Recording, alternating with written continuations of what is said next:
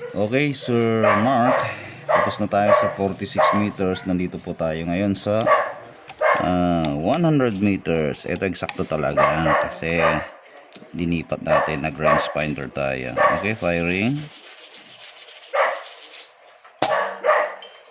Okay, hit naman. Pero para makatotohanan at hindi sabihing tsamba, ulitin po natin. Astro 18 straight from the box po ang ating gamit. Okay, firing.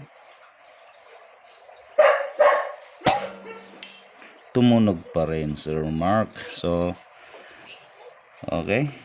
Ayos. Isa pa. Parang naririnig kung may nagre-request. Isa pa daw. Okay.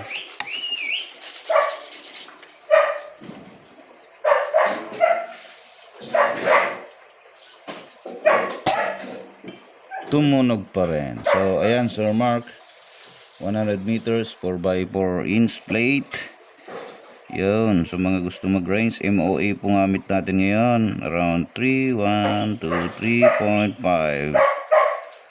Yung ating size. 4x4 inch po yun. So, may mga formula kasi yan. Kaya, sa mga naglo-long range, maganda.